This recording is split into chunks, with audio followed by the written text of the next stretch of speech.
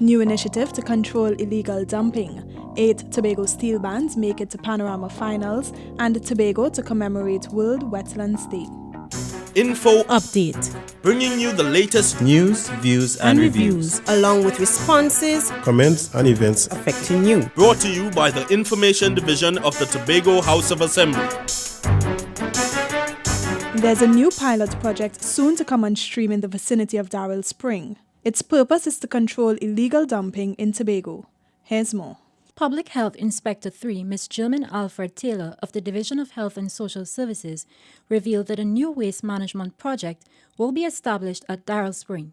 It's aimed at discouraging people from spoiling the island's natural beauty by littering and contributing to pollution. We're going to provide bins for every household, so no longer do they have to take the waste to a communal bin.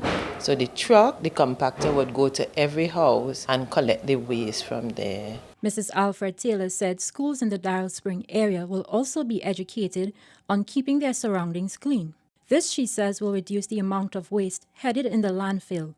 Recycling will also be introduced. Additionally, we want to see the concept of having litter wardens in place to curb illegal dumping. So the litter wardens ought to be on the ground in Darrell Spring, and anyone seen littering or dumping would be charged. Work is expected to commence in mid-April for 6 months. I'm Josanne Brassi for Info Update. Panorama is a staple on the carnival calendar and gives Tobago bands a chance to compete on the national stage. Well, several Tobago bands will now be competing for national titles. Omadara Mills brings us this story. 14 steel bands from Tobago were among the nation's best, competing for a coveted slot in the national Panorama final.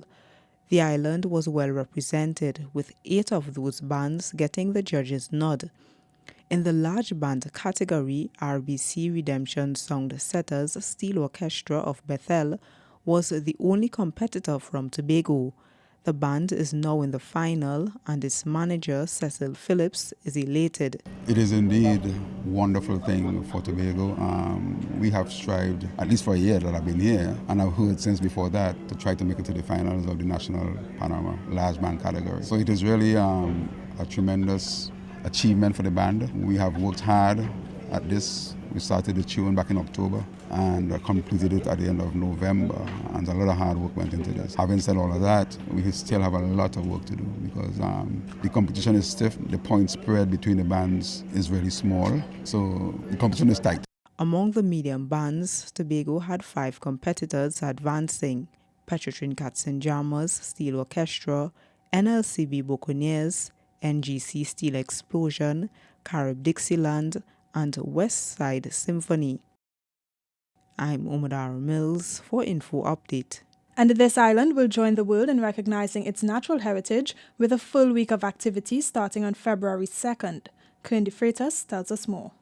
As the world gets ready to celebrate World Wetlands Day, the Tobago House of Assembly will also commemorate the island's wetlands. This will bring further awareness to the public about the importance of preserving Tobago's natural resources. A week of activities will begin with a school tour to the Bell Garden, Kilgwin and Pichitrue wetlands. An adult tour is also expected to come off at the Buku Marine Park from February 23rd to 26th, 2016 and will commence between the hours of 7 a.m. and 11 a.m.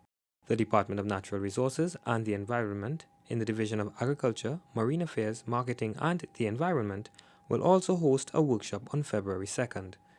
Anyone seeking further details on the workshop can contact the Department of Natural Resources at 639-1966 extension 3525.